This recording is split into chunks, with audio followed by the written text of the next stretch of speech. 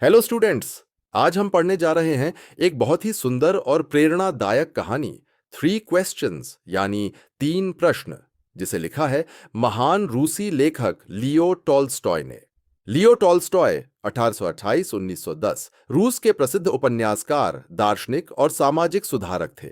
उन्हें war and piece और अन्ना कारेनिना जैसे महान उपन्यासों के लिए जाना जाता है। टॉल्स्टॉय ने अपने लेखन के माध्यम से जीवन, नैतिकता और मानवता के गहरे प्रश्नों को सरल भाषा में प्रस्तुत किया। उनका उद्देश्य था लोगों को यह समझाना कि सच्चा सुख सेवा, प्रेम और करुणा में है। जार, झार शब्द रूस के राजा या सम्राट के लिए प्रयोग किया जाता था। जैसे भारत में राजा या सम्राट कहा जाता है, उसी प्रकार रूस में राजा को त्सार कहा जाता था। कहानी में भी त्सार यानी राजा मुख्य पात्र है। थ्री क्वेश्चंस कहानी वर्ष 1885 में लियो टॉल्स्टॉय द्वारा लिखी गई थी और पहली बार 1885 में प्रकाशित हुई थी। यह उनकी कहानी संग्रह what men live by and other tales में शामिल है। एक बार एक जर के दिमाग में यह बात आई कि अगर उसे हमेशा पता होता कि किसी भी काम को शुरू करने का सही टाइम कौन सा है, अगर उसे पता होता कि कौन से लोग सही हैं जिनकी बात सुननी चाहिए और किन लोगों से बचना चाहिए, और सबसे जरूरी बात, अगर उसे हमेशा पता होता कि सबसे अहम काम कौन सा है जो करना चाहिए, तो फिर वो किसी भी काम में कभी नाकाम नहीं होगा जो भी वो करने की सोचे। और जब उसके दिमाग में ये बात आई तो उसने अपनी पूरी सल्तनत में ऐलान करवा दिया कि वो उस किसी भी शख्स को बड़ा इनाम देगा जो उसे ये सिखा सके कि हर काम के लिए सही टाइम क्या होता है और कौन से लोग सबसे जरूरी हैं, और वो कैसे जान सके कि सबसे अहम काम क्या है जो करना चाहिए। और जार के पास बहुत से पढ़े लिखे और आलिम लोग आए, लेकिन उन सब ने उसके सवालों के जवाब अलग अलग तरीके से दिए। पहले सवाल के जवाब में कुछ लोगों ने कहा कि हर काम के लिए सही टाइम जानने के लिए इंसान को पहले से ही दिनों, महीनों और सालों का एक टाइम टेबल बना लेना चाहिए और उसी के मुताबिक सख्ती से अपनी जिंदगी जीनी चाहिए। उन्होंने कहा कि सिर्फ इसी तरह से हर चीज अपने सही टाइम पर की जा सकती है। दूसरे लोगों ने कहा कि हर काम के लिए पहले से सही टाइम तय कर पाना नामुमकिन है, लेकिन इंसान को चाहिए कि वो अपने आप को बेकार के काम धाम में न उलझाए और हमेशा अपने आसपास जो कुछ भी हो रहा है उस पर ध्यान देता रहे और फिर जो सबसे जरूरी काम हो वो करे। कुछ और लोगों ने फिर कहा कि झाड़ चाहे कितना भी होशियार हो और जो कुछ हो रहा है उस पर कितना भी ध्यान दे, लेकिन एक आदमी के लिए हर काम का सही टाइम बिल्कुल सही तरीके से तय कर पाना नामुमकिन है, बल्कि उसके पास अक्लमंद लोगों की एक काउंसिल होनी चाहिए जो उसे हर चीज के लिए सही टाइम तय करने में मदद करे। लेकिन फिर कुछ और लोगों ने कहा कि कुछ ऐसी चीजें होती हैं जो काउंसिल के सामने रखे जाने का इंतजार नहीं कर सकती, बल्कि जिनके बारे में फौरन ही फैसला करना पड़ता है कि उन्हें करना है या नहीं। लेकिन यह फैसला लेने के लिए इंसान को पहले से ही पता होना चाहिए कि आगे क्या होने वाला है। सिर्फ जादूगर ही ये बात जानते हैं, और इसलिए हर काम के लिए सही वक्त जानने के लिए इंसान को जादूगरों से मशवरा करना चाहिए। दूसरे सवाल के जवाब भी उतने ही अलग अलग थे। कुछ लोगों ने कहा कि झार को सबसे ज्यादा जरूरत अपने मंत्रियों की है, दूसरों ने कहा पादरियों की, कुछ और लोगों ने कहा डॉक्टरों की, जबकि कुछ लोगों ने कहा कि सबसे जरूरी लोग सिपाही हैं। तीसरे सवाल के जवाब में कि सबसे अहम काम क्या है, कुछ लोगों ने कहा कि दुनिया में सबसे अहम चीज इल्म यानी साइंस है, दूसरों ने कहा कि जंग लड़ने का हुनर सबसे अहम है, और कुछ और लोगों ने फिर कहा कि रिलीजियस वर्शिप सबसे अहम चीज है।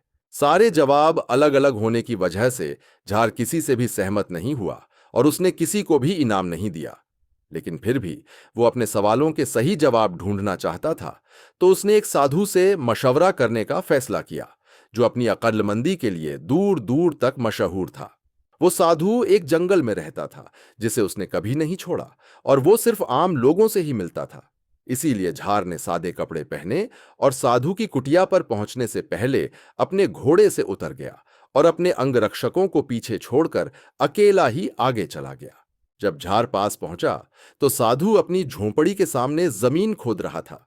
झार को देखकर उसने उसका अभिवादन किया और खोदने का काम जारी रखा।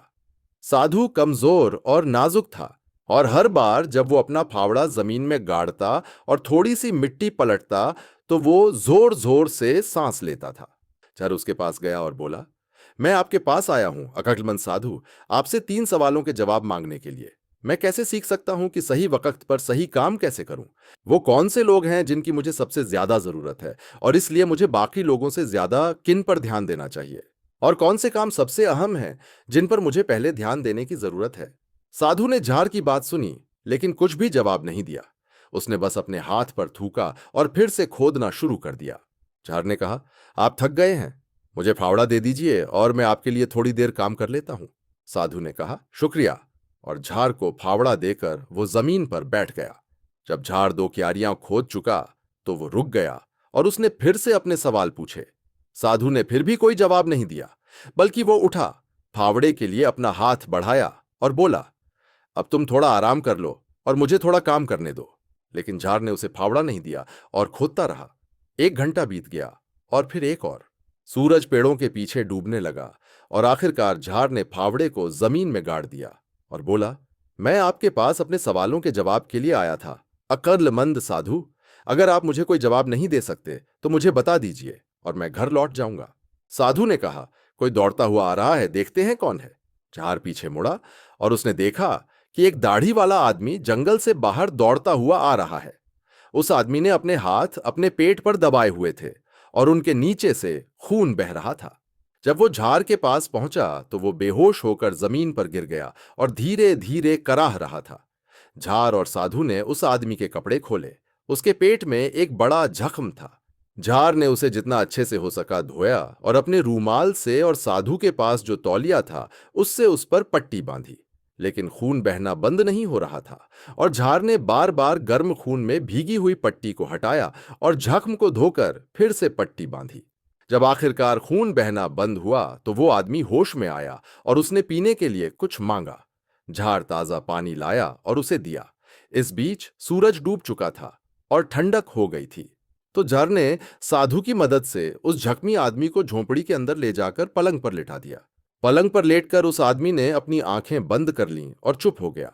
लेकिन झार अपनी चलने की थकान और जो काम उसने किया था उससे इतना थक गया था कि वो दहलीज पर बैठ गया और वो भी सो गया और इतनी गहरी नींद सोया कि वो पूरी गर्मियों की छोटी रात भर सोता रहा।